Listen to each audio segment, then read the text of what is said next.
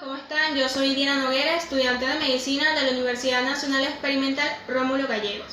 En el siguiente video les voy a compartir información sobre el abdomen agudo, el cual se define como una serie de cuadros clínicos que se expresa por dolor abdominal que, de no tener una atención médica o quirúrgica, puede conllevar a un cuadro de shock y de muerte, donde las manifestaciones más frecuentes son precisamente dolor abdominal, alteraciones en el aparato o sistema digestivo y alteraciones en el estado en general. Sin embargo, como en todo tema correspondiente, antes de adentrarnos propiamente en el mismo, debemos realizar un repaso sobre la generalidad o la anatomía del abdomen.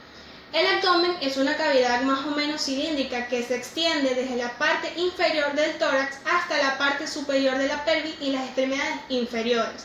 La mayoría de los órganos que contienen el abdomen pertenecen al aparato digestivo. El abdomen cuenta con una membrana serosa que reviste la cavidad abdominal, conocido o llamado peritoneo, la cual se estructura en dos capas, una externa y una interna. La externa es conocida como peritoneo parietal, que se adhiere o reviste la cavidad abdominal, mientras que la interna es conocida como peritoneo visceral, que es la que se adhiere o recubre el intestino delgado y otros órganos. Por lo tanto, el espacio que existe entre ambas capas es conocido como cavidad peritoneal, que contiene una pequeña cantidad de fluido lubricante, como unos 50 mililitros, que permite el deslizamiento o desplazamiento de ambas capas entre sí. Por otro lado, la escuela latina o francesa ha ideado una división del abdomen con el fin de proyectar las vísceras abdominales hacia el exterior, y es donde se habla de la división del abdomen en 9 cuadrantes, 3 superiores, 3 intermedios y 3 inferiores.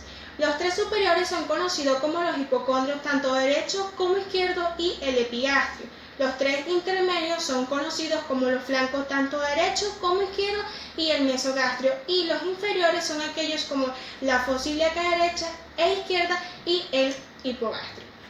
Cada uno de estos cuadrantes contienen una serie de órganos, como lo son, por ejemplo, en el hipocondrio derecho se encuentra la vesícula o la vía biliar e inclusive el riñón derecho, mientras que en el epigastrio se encuentra la aorta, el estómago, la cabeza del páncreas, y en el hipocondrio izquierdo se encuentra el riñón izquierdo, entre otros órganos, y así sucesivamente en cada uno de los siguientes cuadrantes.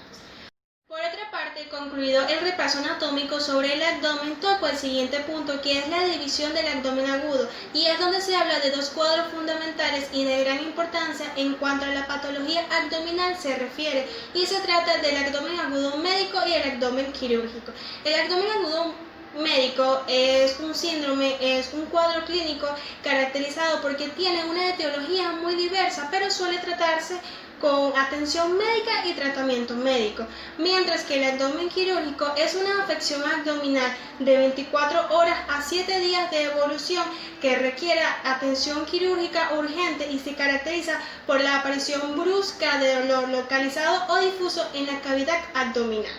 Por otra parte, según la Escuela Cubana de Cirugía, el abdomen agudo se clasifica en síndrome peritonítico, en síndrome oclusivo, en síndrome hemorrágico y en síndrome mixto o indefinido.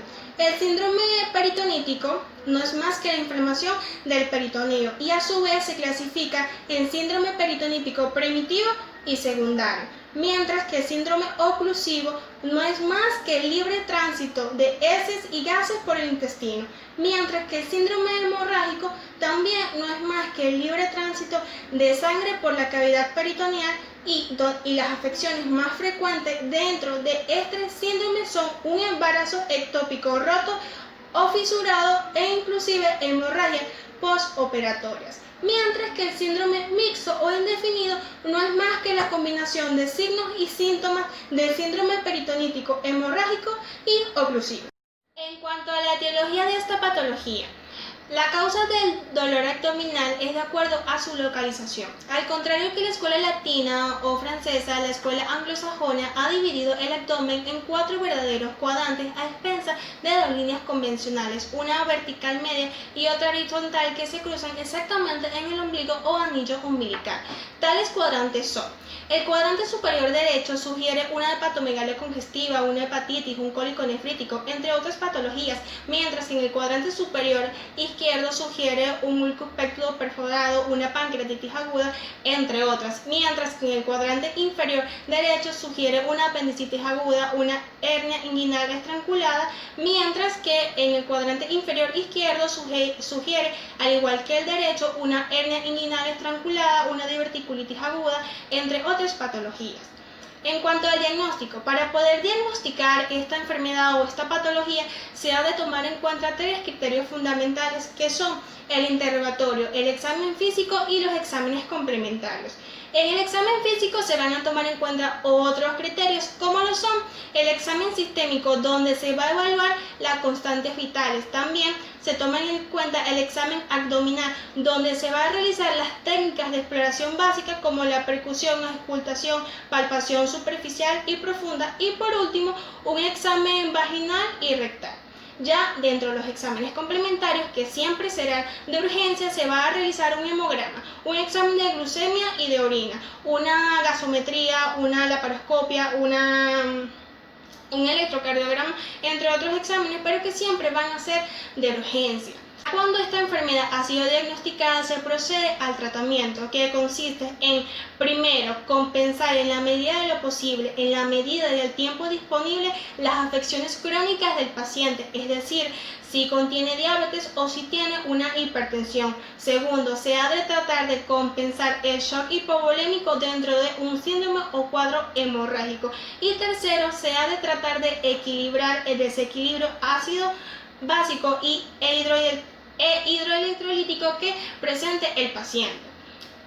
Esto ha sido todo en el video de hoy, espero que sea de gran utilidad. Hasta la próxima.